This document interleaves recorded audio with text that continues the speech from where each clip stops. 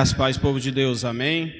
Estamos aqui mais uma noite para o nosso podcast Atos 29, a história continua. Hoje nós vamos estar falando um assunto muito interessante, mas pouco falado no nosso meio evangélico. Hoje a nossa conversa é de utilidade pública, mas antes da nossa conversa começar, eu queria que você pegasse o seu celular, compartilhasse essa live com os grupos da sua família, com o grupo de trabalho, com os seus vizinhos, porque eu tenho certeza que através dessa palavra Deus ele quer falar não só ao seu coração, mas ao coração do seu amigo, no coração do seu vizinho, e eu tenho certeza que alguém está precisando ouvir isso que a gente vamos falar aqui. Queria falar para o Paulo, para a Luísa se apresentarem aí. A graça e a paz. Eu Amém. sou a Luísa, sou esposa do Paulo César. Eu sou do Rio Grande do Sul, não sou aqui do Mato Grosso. Conheci o meu esposo no Rio Grande do Sul, nos casamos e nos mudamos para cá, aqui para Rondonópolis.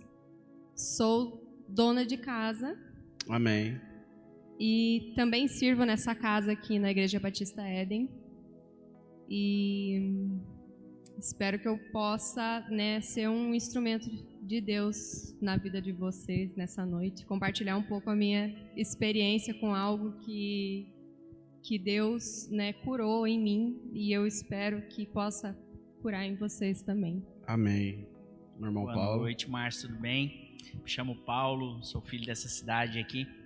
Sirvo nessa igreja, esposo da Luísa, como ela disse. Hoje eu estou aqui para auxiliá-la, tá? A gente está fazendo o papel inverso. Deus deu uma direção para ela a respeito do alimento já há uns 2 anos, mais ou menos. E ela tem colocado em prática. E também quero deixar bem claro que a gente não está criando uma teologia da alimentação, nem da nutrição. Não sou formado em nutrição, eu trabalho na área de vendas. Essa é a minha área. Amo Jesus, estudo a Bíblia, creio que a alimentação tem tudo a ver com a palavra de Deus, porque tem a ver com a saúde. Deus ele é um Deus de saúde também. Então, assim, eu quero mais estar aqui para aprender também e dar um pouco de respaldo aí no que Deus tem feito na vida dela e na vida de todos nós através da alimentação. Eu, pela barriga aí, você sabe que eu ainda estou precisando seguir melhor as dicas aí, né? Amém. Nós estamos na batalha. O Paulo ele falou algo muito interessante, que a gente não quer pregar algo para você. É um assunto bacana, um assunto legal, mas só que pouco falado. Você vê pastores tratar muitos assuntos, só que não trata sobre a glutonaria. Não é um assunto, hoje o culto, a palavra vai ser sobre o homem glutão. Não tem. Porém, Provérbios fala, se tu é um homem glutão, põe uma faca na sua boca. Então, assim, nós já vemos que dentro da palavra nós já temos respaldo sobre a glutonaria, e hoje a gente vamos falar não só da glutonaria, mas também sobre a dependência no açúcar. Algum tempo atrás eu li, ou eu assisti, não me recordo, algo a respeito do açúcar. E como a dependência dela tem se tornado muito grande nessa geração. O doutor que estava falando nessa entrevista, ele falou que essa geração de agora é a geração mais dependente do açúcar e vai ser a geração mais diabética de todos os tempos. Mas antes de nós continuar nesse assunto, eu queria que a Luísa ela falasse um pouco da história dela e de como ela chegou a esse entendimento a respeito da glutonaria e da alimentação. Fala para nós, Luísa, como que foi a sua história, até você chegar nesse entendimento a respeito da alimentação.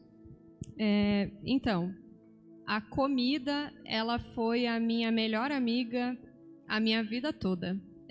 Acho que desde criança, todos os traumas e toda vez que eu ficava triste, ansiosa, eu era uma criança, 5, 6 anos de idade, eu já era gordinha, E, vai para a escola, todo mundo faz piada do gordinho, Então eu ia para a escola, ficava mais triste, porque, sofria bullying, os meus colegas eram bem maldosos comigo. Chegava em casa e comia mais ainda. né? Então, eu aprendi desde cedo, e eu também via a minha mãe, né? A minha mãe também tinha uma dependência emocional da comida. Então, eu cresci, né, vendo que você ter a comida como uma forma de anestesiar as suas emoções, para não precisar passar por elas, né, fazer ir embora, anestesiar mesmo, era normal. Então, eu com 5, 6 anos de idade, eu já era gordinha. Depois, fui uma adolescente também, gordinha. Depois, eu já fiquei adulta. Daí, na fase adulta, eu sempre oscilava entre ser bem gorda ou ser muito, muito, extremamente magra. Mas é porque, quando eu fiquei adulta, eu já não confiava somente na comida, daí já entrou droga, bebida. Você fala da parte que na sua infância você tinha já peso de uma pessoa adulta, né? Isso, eu com 10 anos de idade, eu tinha 72, 74 quilos. Menos do que você pesa hoje, né, mãe? Hoje eu tenho 1,70 m, 32 anos, e eu tô com 59 quilos. Com 10, eu tinha 73 quilos. Meu Deus. Eu usava calça de adulto tamanho 46, né? E eu lembro, era muito dolorido para mim, porque as minhas amiguinhas da escola usavam roupinha rosa, de florzinha, e eu queria roupas iguais, mas eu não podia usar porque não tinha roupa infantil do meu tamanho. Eu tinha que usar roupas de adulto, e isso era muito sofrido para mim. Pode continuar. Então, na minha fase adulta, como eu não confiava mais só na comida, eu também fui para droga, para bebida. Eu tinha fases em que eu engordava e fases que eu emagrecia. Quando eu estava muito feliz, eu engordava, porque a comida era a minha amiga para eu celebrar. Eu celebrava comendo e eu me recompensava por conquistas comendo. E quando eu estava numa fase ruim, deprê, eu bebia e me drogava, então eu emagrecia bastante. Mas a comida... Na verdade, é uma confusão, né? Porque a gente acha que a gente celebra a comida quando a gente trata a comida como algo para preencher um sentimento. E é o contrário. Isso já não é uma celebração. A comida, ela foi feita para ser uma celebração.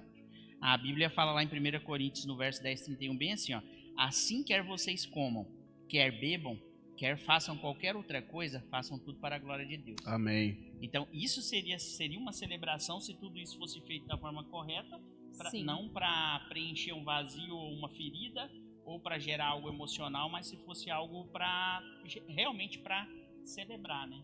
Trazer alegria. Tá? Eu não celebrava Deus, né? Porque eu não tinha Jesus. Então, eu celebrava as minhas conquistas no meu próprio braço. Então, acho que por isso que eu engordava e adoecia meu corpo, porque se eu fizesse para glorificar a Deus, eu não ia adoecer, porque Ele é o caminho e é a vida, né? Se eu adoeço meu corpo, eu morro. Então, nada que traz doença é de Deus, né? Tudo que é de Deus traz vida e traz saúde. E, enfim, né? Uma adulta sendo escrava da comida. Até uns 2 anos atrás, eu estava muito insatisfeita com o meu corpo, com o meu peso e com a minha saúde, e eu quis emagrecer. Então, eu comecei uma dieta, porque eu queria emagrecer. Isso você já estava com quantos anos já? Com 30 anos. Você começou a observar que você precisava mudar algo dentro... Isso, já era cristã há 2 anos, ou 3 anos? Há uns 2 anos. Já era cristã há uns 2 anos, mas era ainda escrava da comida, porque eu não sabia que eu era escrava da comida, né? Eu estava sendo... É até bom dar um gancho aqui, porque assim, ó, por que ela está falando da questão de ser cristão ou não ser cristã? Porque a questão da educação alimentar entrou na vida dela depois que Jesus entrou. Isso. Não foi algo assim, a gente não quer espiritualizar tudo, mas tudo vem de Deus. Sim. Então, assim, ela sempre vai estar, se ela está citando aqui, eu não era cristã, eu era cristã, porque foi um marco que determinou a mudança numa coisa que era natural para ela, mas era naturalmente feito de uma forma errada e trazia uma doença. E em Deus ela teve esse entendimento, que foi uma revelação assim que até para minha vida foi bastante impactante. E se você observar hoje, a obesidade ela tem sido algo mundial. Sim, nos Estados Unidos, mais de 85% da população adulta é obesa e nas crianças menores de 12 anos, mais de 60%. Então você vê que é algo de saúde mesmo. E é uma indisciplina. Porque ela estava falando algo muito interessante. Quando você era criança, você pegava, pela forma das pessoas te bulinarem, né? Você trazia na comida algo que te dava conforto. Uhum. E o dependente químico é isso. O dependente químico, quanto mais você fala para ele que ele é dependente, mais usuário ele vai se tornar. Porque é difícil ele se deparar com a verdade da dependência. Todas as vezes que alguém da minha família chegava em mim e falava, cara, você precisa sair desse lugar, eu vou te ajudar, isso gerava uma revolta dentro de mim. E aí era onde eu me afundava mais no crack, no vício, na droga, e cada vez a minha situação ia se tornando pior. E eu vi que você falando na sua infância não foi diferente. Não. Mas para a gente entender, você falou sobre o bullying. Uhum. É difícil isso, né? Para quem é uma criança, né, Luísa? Porque assim, às vezes a gente acha que é mimimi. Uhum. Ah, a pessoa, coitada, não é uma pessoa forte, não foi uma pessoa que teve um pai ou uma mãe presente. Não tem nada a ver com isso, né? É que, na verdade, eu já trazia uma... O que eu vou falar aqui, faz pouco tempo que Deus falou comigo a respeito disso. Na verdade, foi no encontro com Deus, há 2 semanas atrás. Amém. Deus conversou comigo a respeito de um espírito de rejeição, né? A minha família...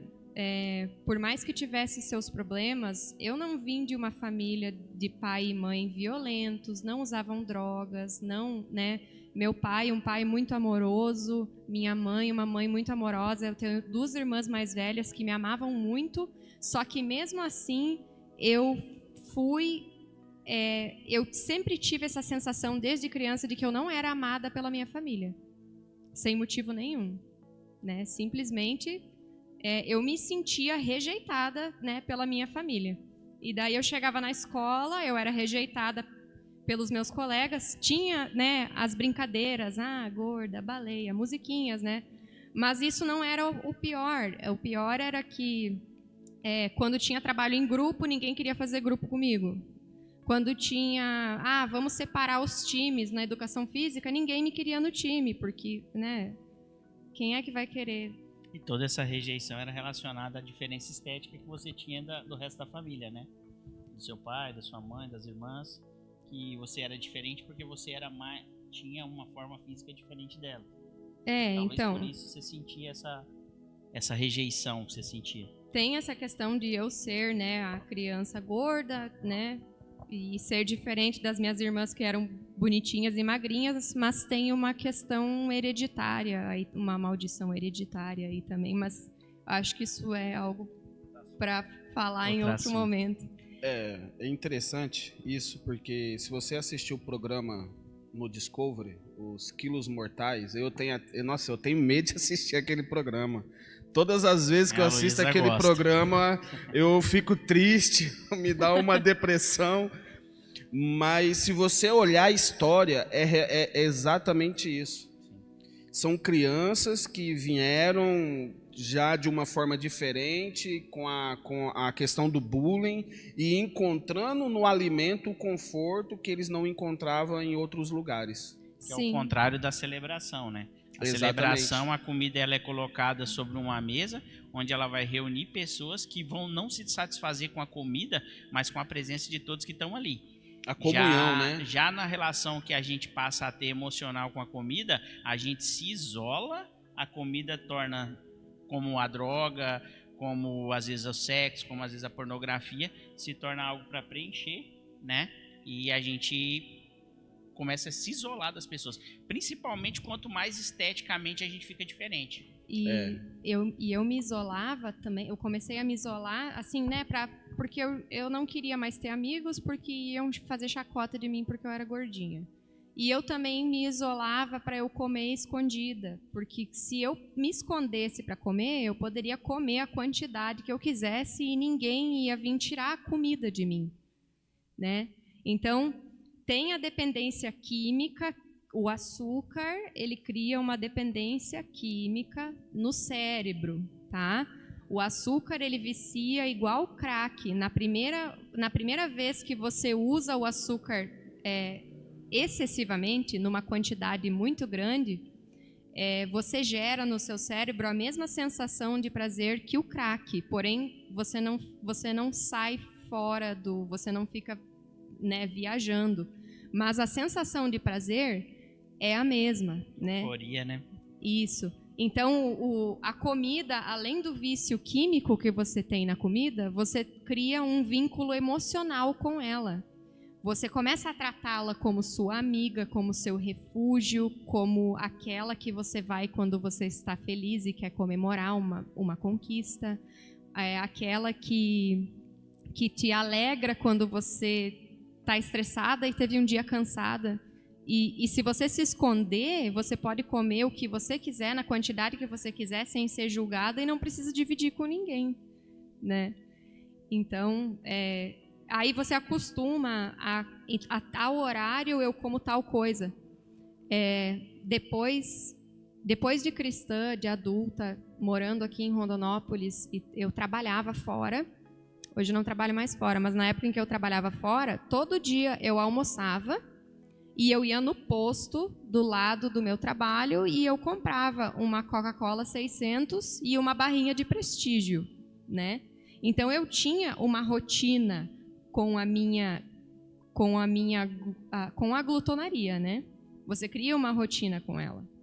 E a comida, ela acaba ocupando um lugar na sua vida que deveria ser de Deus, né? Então, a glutonaria, ela também é uma idolatria, porque se tem algo na sua vida que ocupa um lugar que deveria ser de Deus, né? Porque quando você está ansioso, você deveria correr para Deus. Quando você está feliz, você deveria ser grato a Deus. E não comemorar com a comida ou usar a comida para ser o seu refúgio ou para te dar alegria, né? Então, a glutonaria é um pecado muito grande, né? É muito grande, mas pouco falado, né, Paulo? É quase impossível você ver alguém falar. A não ser que entre em um texto da Bíblia e aí surge um assunto. Aí fazem uma piada e já pulam para outra. Exatamente. Crente não bebe, não fuma, mas crente come. Os que confiam no Senhor, engordarão. Né? Quantas vezes eu mesmo já usei essa palavra pelo fato da minha esposa também estar buscando essa disciplina alimentar. E ela pega muito no meu pé a respeito, porque eu sou pré-diabético. Né? Eu sou pré-diabético, então eu tenho uma tendência para diabética, eu tenho uma tendência para hipertensão. Porém, eu tenho o quê? 33 anos. O problema não é agora porque o corpo está forte. O problema é quando você passar ali das casas dos 45, que o seu organismo já não está como está hoje. Já não é um organismo jovem, já não é um organismo que está forte o suficiente para absorver o glúten, absorver a quantidade de açúcar que tem numa Coca-Cola. Mas, Márcio, se eu te disser que os efeitos, eles não são... O prazo não é tão longo assim para os efeitos da má alimentação. Eu comecei a mudar a minha alimentação há menos de 2 anos atrás. Eu estava contando a minha história antes, né? Eu comecei a cuidar da minha alimentação porque eu queria emagrecer.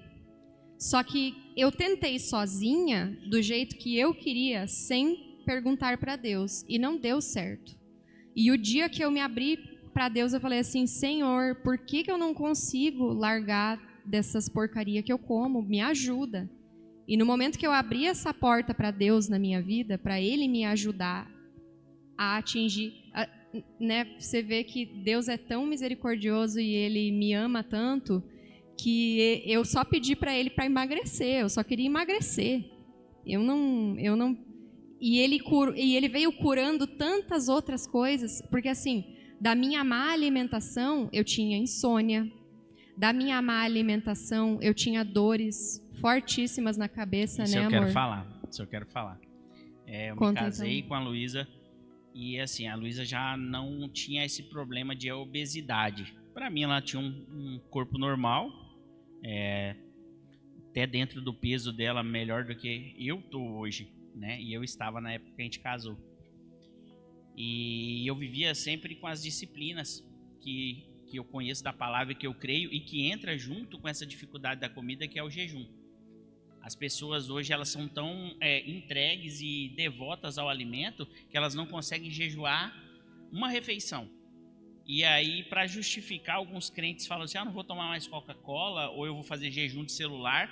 Cara, o jejum da Bíblia é sobre alimento. Na Bíblia ele não pediu para ninguém parar de ficar em rede social, nem para ninguém parar de tomar Coca-Cola. Falou para você fechar sua boca. E eu vivia brigando com a Luísa por essa questão, porque a Luísa não conseguia deixar uma refeição para fazer um jejum. E eu tinha um entendimento muito grande que se a Luísa fizesse um jejum, aquilo ia acabar com as dores e as coisas que ela tinha. Cara, eu tinha isso dentro de mim, só que da forma errada.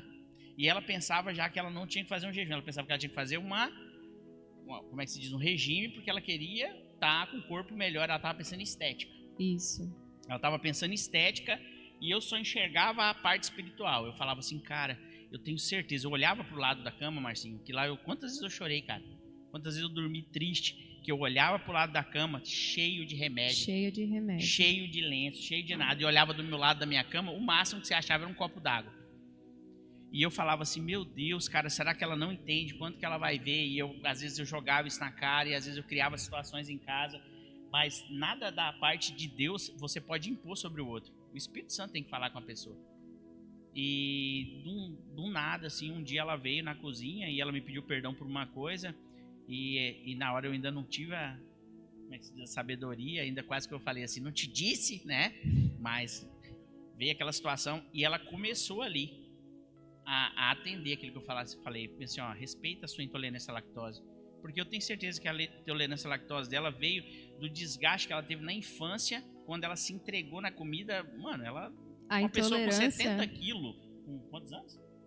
Com 10 anos. Com 10 anos, com 70 quilos, ela tem 59 hoje, olha o tamanho dela. Então ela era bem menor em estatura, então ela era tinha muito. Então ali ela exagerou, ela estava se matando mesmo com a comida. E então, a conversão dela, no meu coração, começou quando ela veio primeiro se respeitar. Isso. Quando ela começou primeiro se respeitar, se cuidar. Eu achava que a conversão verdadeira dela era quando ela começasse a fazer as coisas por mim. Mas quando ela começou a fazer por ela, automaticamente foi fazendo pela nossa vida inteira, pela nossa casa, pelo nosso casamento todo, você entendeu? Não, e alcançando os amigos. Ah, você tá doido. E assim, a minha maior felicidade foi quando eu comecei a olhar na beirada da cama dela e não ver mais. E às vezes ela dormia antes que eu. Cara, que era coisa impossível de acontecer. Entendeu? Às vezes ela dorme e consegue dormir antes que eu. Cara, eu ficava assim, pensando, porque uma vez eu tive insônia tomando um tereré. Porque eu sou assim, eu falo, eu vou dormir, 30 segundos. Ela sabe disso. Ele fala assim, vou dormir. Aí eu conto até 10 e ele já tá. Reinou a paz de Deus na minha vida, nunca mais tive problema com sono, cara. Mas uma vez eu tomando um tereré e macerando aquela folha amarga ali, e tomando, eu tive insônia. E eu fiquei bem preocupado porque eu queria dormir, eu não estava em propósito de oração de madrugada, eu não estava em propósito de jejum, nem jejum estava. Mas aí eu não conseguia dormir, aquilo me preocupou e eu sempre lembrava dela. Eu falei assim, cara, eu tive um momento onde eu não consegui dormir, imagina, ela quer todas as noites. Anos. Eu fiquei dependente de remédio para dormir durante uns 5 anos, eu acho. Porque assim, eu deitava para dormir, mas eu tinha passado o dia inteiro tomando Coca-Cola e comendo chocolate, chupando bala, chiclete, o que vocês imaginar de açúcar o dia inteiro. Aí de noite eu tava, ligadona, não dormia. Aí durante o dia eu tava um trapo. Por quê? Porque eu não tinha dormido direito. Aí eu tinha dores de cabeça. Eu chorava, né, amor? De dor de cabeça. A única coisa que ela já fala, quando ela vinha para um lado, eu já falava assim, dor de cabeça. Eu tomava remédio, eu tomava dipirona 1 grama. Não era nem 750, era dipirona 1 grama de 6 em 6 horas para eu conseguir tolerar a dor. Ela não passava completamente. Eu ainda ficava com dor, mas eu conseguia levantar, comer e trabalhar, né? Mas eu ainda sentia dor. E nossa, eu era viciada em Sorine. Eu precisava de remédio para dormir, eu precisava de remédio para dor, eu tomava remédio para o estômago, eu tinha úlceras, dores no corpo, dor muscular, dores nas articulações. Estava sempre muito cansada.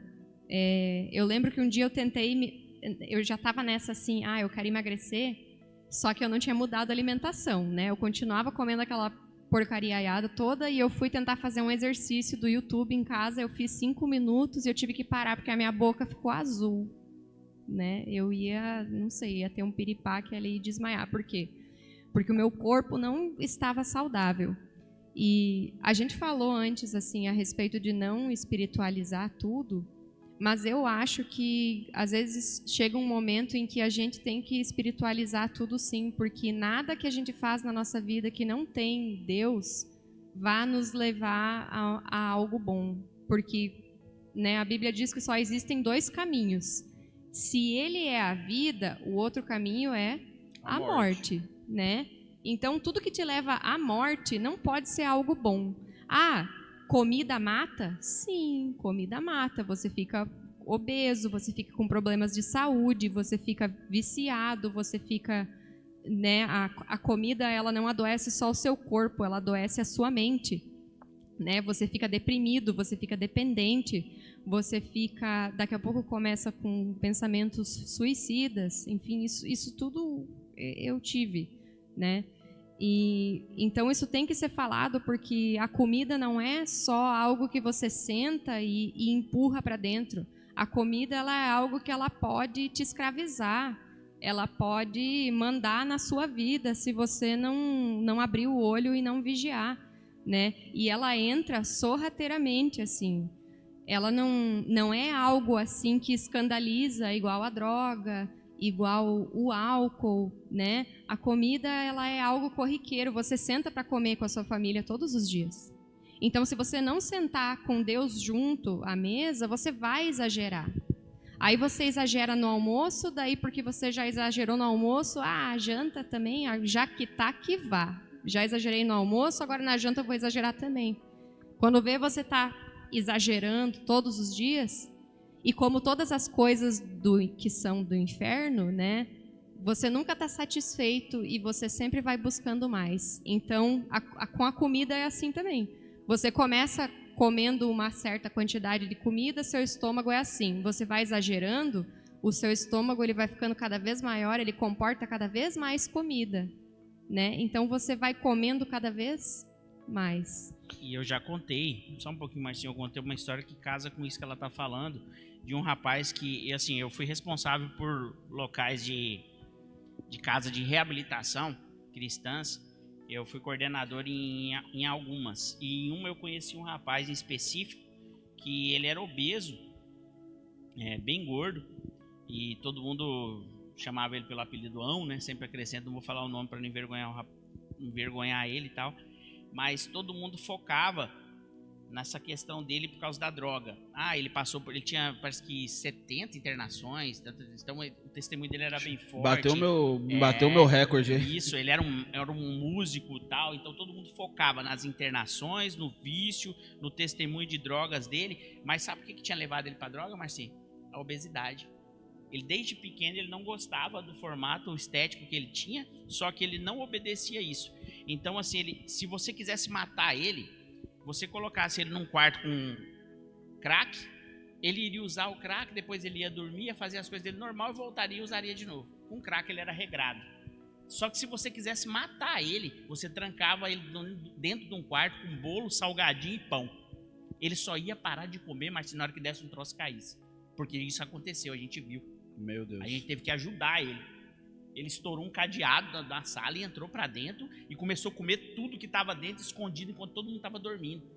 A gente pegou ele já no ponto dele ter um troço. Sabe? Cara, eu lembro da cena de eu vendo ele com a boca tudo, sabe, assim, parecia aquele filme de terror, cara. E ele olhava com aquele olho assim, mas assim, pior do que quando você vê um cara que acabou de dar um tiro. numa pedra de crack. O cara estava dominado pela aquela ânsia, aquela vontade de fazer, de continuar comendo. E aí aquilo não ia ter fim, cara.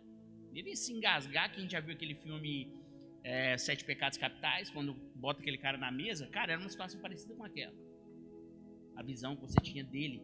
É algo interessante e muito forte, porque a gente acha que nunca vai acontecer com nós. Sim. A gente tem isso. E eu comecei a mudar isso, primeiramente, quando meu pai morreu. Porque meu pai, ele sempre falava assim, moço, dá valor, faz isso, vamos fazer isso, vamos caminhar nisso. Eu, não, pai. E ele falava, moço, um dia eu não vou estar aqui para te ensinar. E eu falava, não. Mas quando a realidade bate na porta, aí a gente... Alguns meses atrás, eu passei por um procedimento cirúrgico na onde eu saí para comer um espetinho. Tomei uma coca, comi um espetinho ali, algo normal. Voltei para casa, de noite comecei a passar mal, passei mal a madrugada toda com dor. Quando cheguei na UPA, eu fui diagnosticado com apendicite inflamada. E aí eu fui buscar um pouco mais a fundo e é a respeito da comida. A má alimentação, ela com o tempo, tem pessoas que vivem a vida toda e a apendicite ela não inflama. Tem pessoas que, crianças ou a meia idade, ela já inflama a respeito da má alimentação. E é interessante, Marcinho, você ter falado que a gente acha que nunca vai acontecer com a gente. Satanás, ele não começa nos convencendo a usar o crack. Ele começa nos convencendo de que, eu nunca usaria crack. É verdade. A gente esquece, né? A palavra de Deus diz que o coração do homem tem assassinato, imoralidade sexual, adultério, vícios, idolatria e todas aquelas coisas, né? Então, quando a gente olha para uma pessoa que está na rua caída por causa do crack, a gente pensa assim, oh Deus, glórias, obrigada Senhor por eu nunca cair neste mal, obrigada Senhor por eu não ter problema com droga. Quantas pessoas falam, eu não tenho problema com droga, eu não tenho problema com álcool. Se você é humano, a Bíblia diz que o coração do homem tem vícios. Então, se você é um ser humano, se você não é um cachorro, um papagaio periquito, você tem o vício de droga dentro do seu coração. Só que você nunca caiu nele. Mas se você continuar dizendo que você não tem isso em você, Satanás já te convenceu. Você já deu um passo à frente nesse caminho, né? A maior mentira do diabo é falar que ele não existe, né? Porque você vê desde criança as nossas avós falavam, Jesus vai voltar, Jesus vai voltar. E você vai crescendo e cadê esse Jesus que não volta? Mas hoje, com o entendimento que nós temos na Bíblia e em Cristo, nós temos a certeza que ele vai voltar, né? Da mesma forma que você estava falando, tudo aquilo que provém de Deus é algo bom, mas existe ao contrário do bom, que é algo ruim. A morte. A morte, exatamente. E a gente não pode esquecer que Jesus ele vai voltar para buscar a igreja adornada, mas ele já enviou o Espírito, que é o ajudador, que deixou nenhuma das suas qualidades ali, o domínio próprio. Então, como a gente pode falar sobre vício, a gente pode falar sobre alimentação, a gente pode se dizer cristão, a gente pode orar o Espírito. Quantas vezes às vezes aqui na própria comunidade, a gente ora e fala o Espírito Santo, aquilo enche a boca, na hora que serve ali, meu irmão, a comida, porque aqui a gente é uma comunidade onde a gente acolhe pessoas e serve comida aqui dentro, então aqui o tempo todo as pessoas estão se reunindo. E se você for prestar atenção na Bíblia, Jesus ele se auto-intitula de um alimento. Ele diz que ele é o pão, mas ele diz que ele é o pão da vida. E a parte mais difícil e mais dolorida de lutar contra um vício e contra a glutonaria é o domínio próprio. Por quê? Tem pessoas que falam que Deus me curou, né? Deus te curou do crack. Deus te curou do crack o dia que ele te convenceu que você era um viciado e que você precisava de ajuda. Exatamente. Foi esse o dia em que ele te curou. Quando ele te revela que você tem um problema, é quando ele te cura. Você não é curado só quando você abandona o vício. Você é curado quando ele te mostra a verdade. Foi o que aconteceu com a sua parte.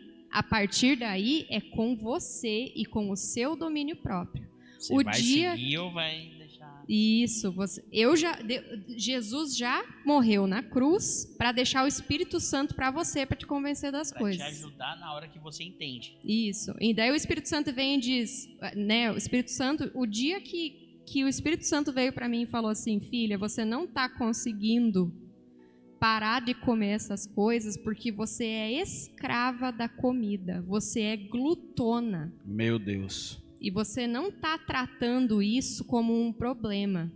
Você diz que você come porque você está estressada, você diz que você come por causa do seu marido, você diz que você come por causa do seu trabalho, você diz que você come porque você está cansada, em vez de você dizer que você come porque você quer. Porque ninguém abre tua boca e soca chocolate e Coca-Cola goela abaixo. Você come porque você quer. Então hoje, filha, eu te mostrei a verdade. Você é escrava da comida. O que você vai fazer com isso? Porque você ainda vai ficar com vontade. Você ainda vai ter vontade de tomar Coca-Cola. Eu tenho vontade de tomar Coca-Cola até hoje. Só que eu tive que usar o meu domínio próprio para não me render aos meus desejos. E outra coisa, o vício da comida, o vício químico de droga, o vício de álcool, você passa um tempo sem consumir e o seu cérebro se cura do vício, né? Você tem abstinência e você é curado do vício químico. Só que o que fica aqui? O vício emocional. A dependência química foi embora, mas a dependência emocional que você tem naquele alimento, naquela droga, naquela sensação de alívio que você tem quando você usa, né? Porque tá estressado, a vida tá ruim, e daí aquela sensação de alívio quando aquilo entra no seu corpo, aquele prazer que você tem, essa é a pior parte. Porque quando eu fazia o uso do crack, era um ritual. Uhum. A euforia eu não sentia no momento do uso, mas era no corre. De você conseguir o dinheiro, de você descer até a biqueira, de você passar no bar, comprar o cigarro, de chegar no lugar, você ajeitar ali, principalmente eu que sou muito metódico, então eu pegava o cachimbo, a cinza tinha que estar ali passando um esquadro em cima da cinza, porque parecia que era algo, entendeu? Mas depois que eu usava, era só sofrimento. O pós-uso do crack é um sofrimento violento. E o açúcar é a mesma coisa. Sim. O ano passado nós fizemos o aniversário da Nádia, lá na Thalita, né? Uhum. E eu tomei muito refrigerante aquele dia. Mas muito refrigerante, ao ponto de eu chegar em casa e eu estar repunando. E no outro dia eu amanheci numa ressaca, a cabeça pesada. Eu falava, meu Deus, cara, aquele refrigerante estava meio adulterado. Mas é a ressaca. O meu corpo tinha absorvido tanto açúcar que tava já ali para dar uns piripaque ali, cara. Que o trem açúcar, tenso. ele te dá um pico de euforia tão bom. Dopamina que libera no cérebro. Isso, ele te dá um pico muito bom de euforia e só que ele passa tão rápido e depois que passa, você fica tão para baixo. Se você já estava para baixo e sem energia, depois que passa esse pico, você fica pior. Para quê? Para você ir lá e comer mais, né? Tem gente que diz assim, com comida salgada não é assim, mas com o doce parece que um só não é suficiente, você quer comer um atrás do outro. O açúcar faz isso. O açúcar, você come o açúcar, mas ele não te satisfaz, ele faz você ter vontade de comer cada vez mais. E tá aí um grande segredo, né, que muitas pessoas se matam fazendo cursos de nutrição, fazendo dietas e assim, eu tenho certeza disso, eu acompanhei isso, eu vi isso. a Luísa, ela não teve a cura dela das dores, parou de tomar os remédios. Não foi quando ela começou a fazer a academia ou quando a academia ajudou. A academia foi ali uma porcentagem de 10%. Vamos lá, tô botando muito, entendeu? O restante todo foi o entendimento quando ela teve certeza que Deus era ajudador dela até nessa área. Porque a gente tem mania de segregar, de separar Deus. A gente fala assim, ó, peraí, Deus, ele pode agir aqui nesse mês no meu trabalho, porque esse mês eu ganhei menos que o mês passado. Eu sou comissionado. Então, peraí, ó, mês que eu tô bem, Deus, fica lá. Mês que eu tô mal, Deus, vem pra cá, dá uma força aqui. Entendeu? Exatamente. Cara, tô legal lá com a minha esposa, tá bacana, tal. Deu um problema com a minha esposa. Pô, Deus, eu tava tudo certo aqui, deu merda. Ou a gente quer separar Deus por áreas. Então a gente vai né? segregando Deus e a gente não entende que o Espírito Santo e Deus, ele tá em tudo e em todas as coisas. Ela só se manteve assim, tá se mantendo assim, e cara, isso vai pro resto da vida. Porque não foi uma dieta, não foi um propósito, não foi uma mudança alimentar, foi uma mudança de mente, foi uma metanoia, uma conversão. Então assim, falar de alimento dentro da igreja não é você falar sobre dieta. Falar de alimento dentro da igreja é você falar sobre o auxílio do Espírito Santo. É uma mudança permanente. Te convencendo e te transformando, entendeu? Para que você possa caminhar para verdadeiramente sempre. naquilo que ele quer. Cara, ele mesmo falou, cara, eu sou o pão vivo, mano. Ele se compara com alimento. Ele botou a mesa como um dos principais lugares de reunião. Você entendeu? Só que o que a gente faz? Mano, eu já fui em lugares e eu já fiz isso. De falar, vamos fazer uma comunhão, tá, vamos fazer uma comunhão. Chegar lá, a comida era o principal. Eu dava boa noite, boa tarde, comia, vamos embora. É, exatamente. Hoje está se tornando assim. Cara, nós sentamos numa mesa ontem na casa da minha mãe, a gente chegou lá por volta de umas 6h30, né? Aquilo foi uma comunhão. A gente ficou acho que 40 minutos na sala conversando, cara. Passando um filme na TV, ninguém dando bola. Aí minha mãe falou, vamos tomar um café, eu fiz um bolo. A gente sentou, cara, o bolo não foi o prato principal. Valdemir gosta de um bolo, ele comeu uma história de bolo, mas não foi o prato principal. O bolo tava lá, cara, a gente serviu um café ali, a gente conversou tanto, que acho que a gente ficou 2 horas em volta daquele bolo.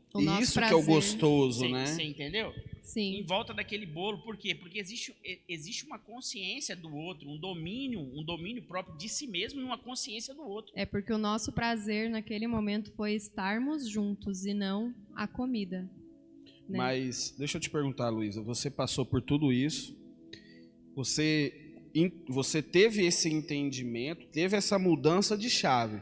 Sim. Mas assim, para deixar bem claro, qual foi o primeiro passo que você deu? Porque assim, a gente tem aquele ditado também, vou começar uma dieta, segunda-feira eu começo. Entra segunda-feira, aí quando dá meio-dia você lembra, nossa, mas eu estava de dieta, segunda-feira eu começo. Então você fica sempre naquela segunda-feira.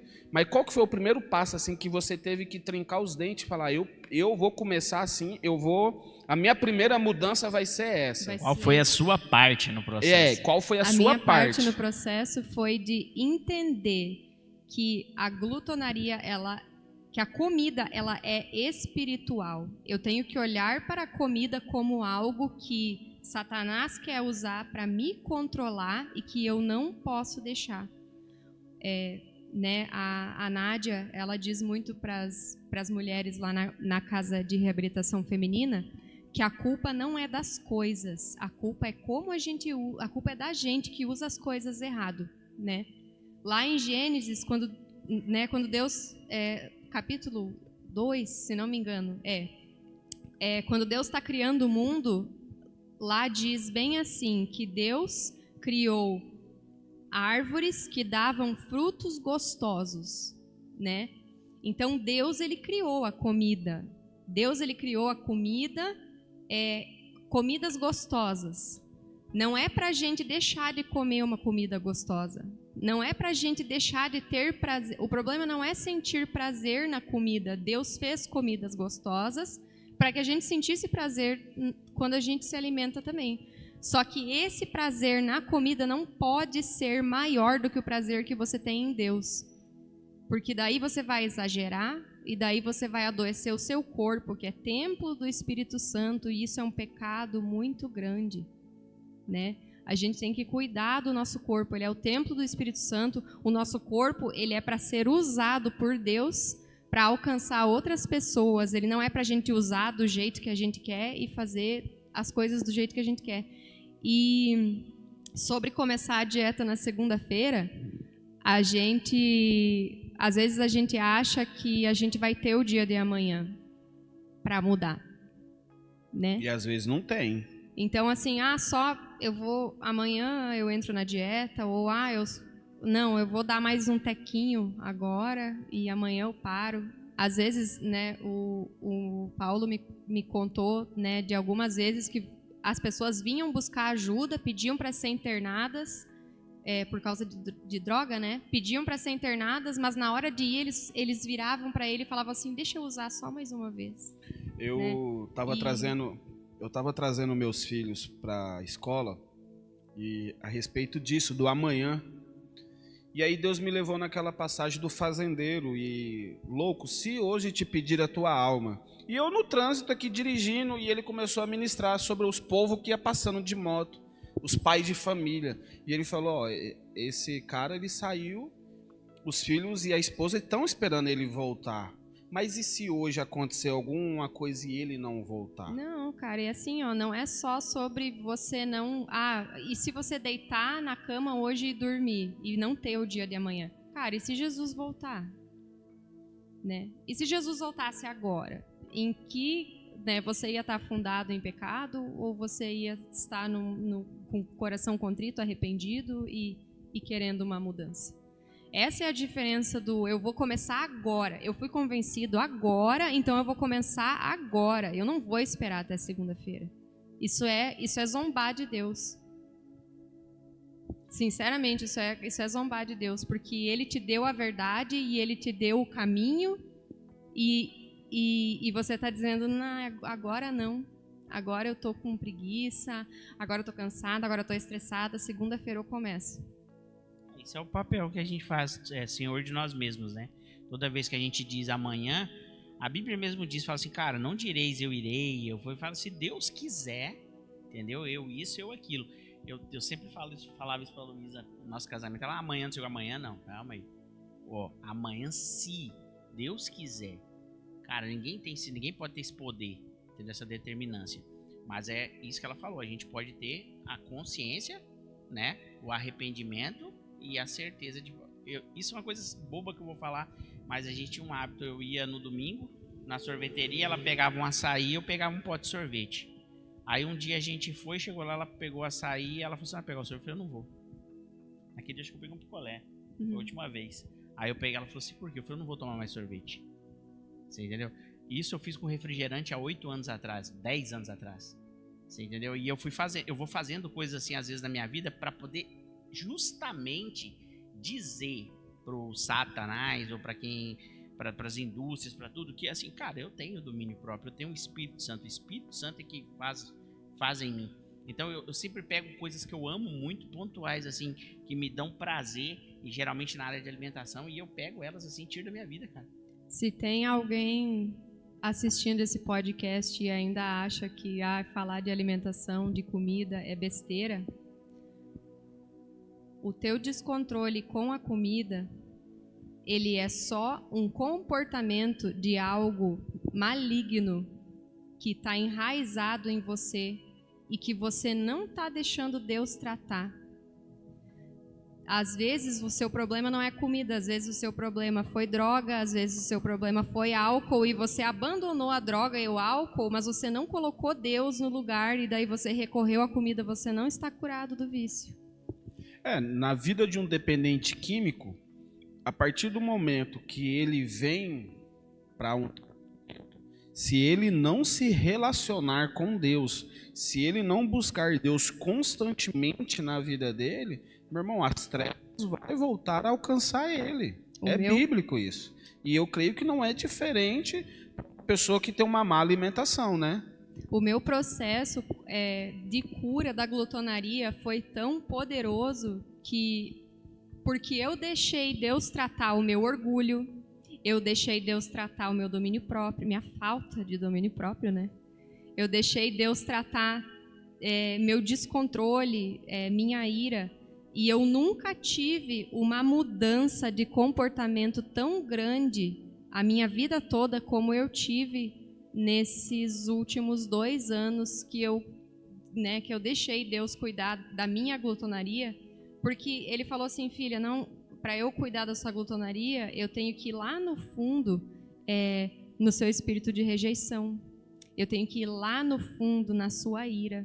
Eu tenho que ir lá no fundo no seu orgulho, né? Eu tenho que ir lá no fundo, e daí Deus vai trazendo à mente situações e coisas que você fez na sua vida em que você deixou entrar espíritos malignos. Isso é tão engraçado. E que desencadeiam esse comportamento da comida. Então não o que a gente está conversando aqui não é a respeito só de comida, isso é a respeito de coisas que habitam em nós e que a gente precisa se livrar delas, a gente precisa deixar Deus acessar elas, para que a gente possa ser salvo, né? Que não adianta largar. Essas coisas só têm um poder negativo quando a gente coloca esse poder, a gente faz o uso errado. Aquilo que você citou, que a Nádia fala. O alimento ele só tem um poder negativo quando a gente faz o uso errado dele. A gente com o nosso coração cheio de lascívia, morte, adultério, a gente contamina as coisas. O nosso coração. Entendeu? Exatamente, a gente contamina. Demoníaco. Então, se a gente deixar Deus trabalhar naquilo ali, Deus vai santificar. E se isso não fosse tão sério, cara, é até engraçado. Tem hora que eu tô lá em casa e eu fico procurando a antiga Luísa, você entendeu? Provocando ela para ver se é verdade. Porque eu falo assim, não é possível. Quem conhece a Luísa de verdade, mano, sabe o quanto foi sério essa transformação que o alimento, que a consciência, né, da glutonaria na vida dela fez na vida dela. Não, e é engraçado, mano. Na vida da minha esposa, depois que ela começou a conversar mais com a Luísa, cara, algum tempo atrás, nós saímos e ela cortou coisas da vida dela, glúten, lactose, e nós chegou num lugar que só tinha isso. E aí eu fico até meio sem graça, porque eu tenho um negócio comigo, cara, eu não gosto de comer uma coisa e saber que ela não vai comer. Isso me deixa um pouco constrangido. E ela falou, não é eu que tenho que estar bem. Eu não estou aqui por causa da comida, eu estou aqui por causa da comunhão. E é eu que preciso ter esse entendimento, né? E assim, como mulher, se tem alguma mulher assistindo, Deus nos deu uma missão de sermos ajudadoras do nosso esposo e de nós mantermos o lar, não, né, de forma financeira, quem mantém o lar é o esposo, mas quem mantém o lar, a estrutura do lar, quem mantém o lar erguido é a mulher. A mulher, ela é a pessoa responsável pela comida que é usada para alimentar os filhos e o marido. Então, mulher, quando você faz a escolha de ser glutona e de ser governada pela comida, você não está fazendo essa escolha apenas para o seu corpo. Você está escolhendo pelo corpo do seu marido e dos seus filhos também, né? Então, a responsabilidade da mulher, né? Se você quer adoecer o seu corpo, você está escolhendo por você, ok. Mas os seus filhos, você está escolhendo por eles também. Você está adoecendo o corpo deles também e do seu esposo também. E como tem sido esse processo até hoje, Luísa? Porque você contou como que foi o começo, como você identificou esse mal, você deu o primeiro pontapé, mas e hoje? Como tem sido esse processo? Qual tem sido a sua política em respeito a não só a sua alimentação, mas no seu âmbito familiar? Se eu estou com muita vontade de fazer algo, pensa antes de fazer, porque se a gente for fazer todas as vontades do nosso corpo, a gente acaba doente. Se você é glutão, você acaba obeso. Se você usa droga, você acaba tendo uma overdose ou morrendo na rua. Se você usa álcool, você pode acabar morto também num acidente de carro. Enfim, as nossas vontades nos levam à morte. Nós não podemos nos render a todas as vontades do nosso corpo, porque elas nunca levam a algo bom. Você falou algo interessante, as nossas vontades nos levam à morte. Provérbios fala, né? Provérbios capítulo 12, versículo 14, e há caminhos que para o homem parecem ser bom, mas o seu fim são caminhos de morte. A gente às vezes acha que porque a gente aceita Jesus e a gente vem para Jesus e Deus é muito bom e Deus vai me curar, né? Deus vai tirar essa vontade. Senhor, tira essa vontade de mim. Tem coisas que Deus tira a vontade da gente. Tem coisas que Ele não tira, porque Ele quer que você escolha sentir vontade, mas não fazer. Porque Ele é mau? Não, Ele não é mau. Ele é bom. Mas Ele quer que você seja dele por escolha. Deus, Ele não invade ninguém. Isso aí é questão da nossa cultura de oração. Toda oração feita pelo cristão, nessa cultura cristã que nós vivemos, ela é falada, vocês já perceberam? A gente começa e fala assim, Deus abençoe, não sei o quê.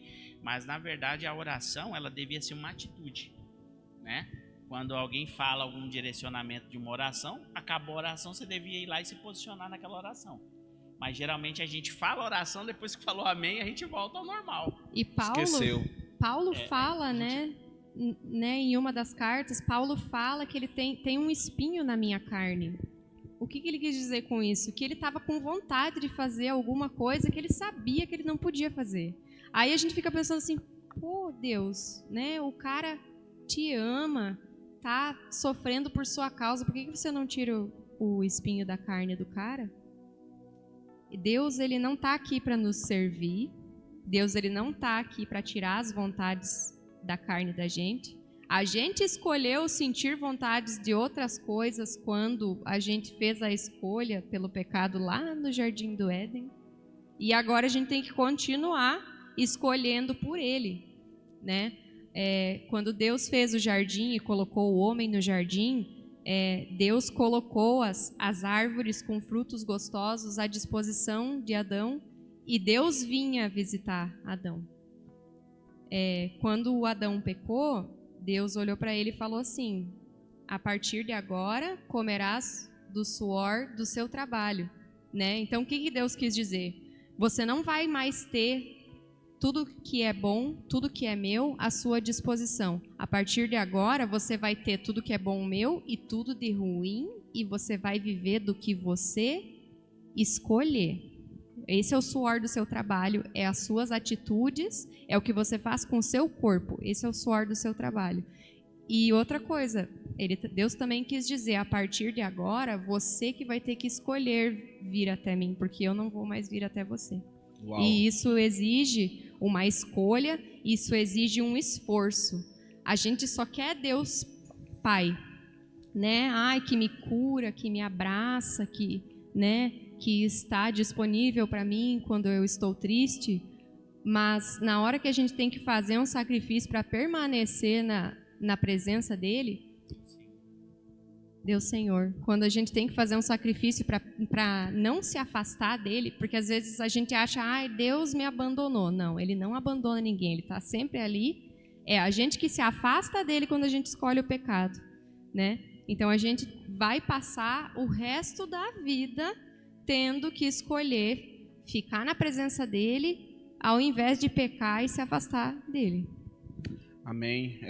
As nossas horas já foram, porque que papo top. Foi algo assim, para mim, um dos melhores podcasts até hoje, porque foi algo esclarecedor, né? E para você que está em casa, fique ciente a respeito da glutonaria.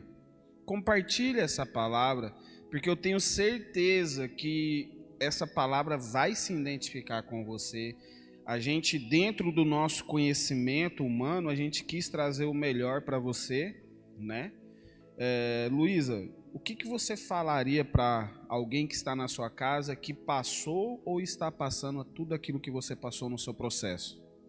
Qual é o recado que você deixa para essa pessoa? Se você tem algo na sua vida hoje que te controla, que você não consegue escolher fazer ou não estou falando só de coisas que você ingere, qualquer comportamento que você sabe que não vem de Deus e que você não consegue abandonar, que essa coisa te controla, isso é um ídolo, isso é essa coisa é Deus na sua vida. Então, para você sair desse lugar, você precisa colocar Deus no lugar dele na sua vida. Né? Você tem que derrubar o altar que você construiu para essa coisa, porque assim, ninguém te obriga a usar as coisas ou a ter comportamentos. Se hoje você é escravo de algo, é consequência das suas escolhas. Mas esse Deus de amor, ele te diz que você não precisa ser escravo disso. É só você colocar ele no lugar dele, de Deus, de Senhor, de Pai na sua vida, e você vai conseguir sair dessa. E se Satanás está aí dizendo para você que o que a gente está falando é besteira e que você não tem problema com comida ou que você não tem problema com nada, abre o olho, que não é bem assim. Amém. Irmão Paulo, falar. Quero deixar um versículo que está lá em Filipenses 3,19, onde Paulo chega e exorta o pessoal que o verdadeiro Deus que eles tinham naquele lugar era o próprio estômago. E quando ele se referia ao estômago, ele não estava falando só de glutonaria, mas ele estava falando que era só as vontades, eram só as necessidades, eram só os interesses próprios, eram só as coisas que eles poderiam adquirir. E então eu volto a falar sobre a questão do alimento. O alimento, ele é para ser, a Luísa usou a palavra até aquela hora num contexto que não seria, mas a palavra, o alimento, ele deve ser mesmo para trazer uma reunião e uma contemplação e não esqueci a palavra que você usou no início, mas uma celebração. O alimento, ele deve ser para celebração, mas para celebração do relacionamento, para celebração, ele deve ser um complemento, entendeu? Na letra I, ele tem que ser o pingo, ele não pode tomar o lugar. Jesus, ele escolhe dizer que ele é o pão. Numa mesa, ele pega aquele pão e reparte, e ele demonstra ali claramente, né, a importância de cada pessoa que estava naquele lugar. E ele pede para a gente continuar fazendo isso em memória dele. Então, toda vez que a gente for tentar se matar com aquilo que Deus glorificou, que a gente traga ele à memória. Que a gente faça isso em memória dele, que eu tenho certeza que isso não vai ser para a morte. Que isso aí vai gerar vida na gente. Amém? Amém. Então, para você, crente, que está em casa e que acha que não tem pecado, que acha que não tem vício, abre o olho, viu? Porque glutonaria é pecado, tá te levando para o inferno com tripa e tudo, e antes de te levar para o inferno ainda vai te fazer você sofrer. Se você olhar uma pessoa diabética, eu tive casos na minha família de amputação e é algo constrangedor, é algo difícil, é algo doloroso. E tudo isso é um preço a ser pago pela sua má alimentação. Cara, e não se engane, glutonaria não está ligada à obesidade somente. Exatamente. Existem glutões magros, existem glutões diabéticos magérrimos, existem pessoas com níveis de taxas de açúcar e de problemas magros, tá? Eu conheço vários amigos assim. Então, assim, não associe, não agora olhe para aquele gordinho do teu lado, ou para aquele amigo gordinho da escola, ou para, às vezes, a esposa que está um pouquinho mais cheinha, ou o marido que está um pouco mais cheinho, e já aponte o dedo, não, tá? Conversem, celebrem. E ajuda, né? Peça ajuda. A glutonaria, se você esconde comida para não dividir com a pessoa, ou se você briga com alguém por causa de comida, ou se você fica com raiva da pessoa que pegou o último pedaço de alguma coisa, Glutão e avarento. Isso também é glutonaria. Eu lembrei do pastor Rodolfo com o lanche dentro do forno. Mas isso aí é uma história para outro momento. O pastor Rodolfo, cuidado com o lanche, viu, pastor? Mas, gente, eu quero agradecer vocês pela disponibilidade. Paulo, mais uma vez. Luísa, parabéns. Glória a Deus. Que exemplo de superação, né? E para você ver que em casa que não é impossível, basta a pessoa querer, basta a pessoa se disciplinar e mudar aquilo que o Paulo falou, mudar, ter uma mudança de mente, ter uma metanoia. Então, assim, depende de você. E se você deixar Deus tomar conta desse processo e se entregar verdadeiramente, isso não vai ser algo passageiro, isso vai ser uma transformação permanente na sua vida e você nunca mais vai sofrer por causa de comida. Amém. Isso é uma bênção. Amém. Quero agradecer ao pastor Rodolfo, à pastora Josi, por mais uma vez estar nos confiando esse momento do Atos 29, desse podcast.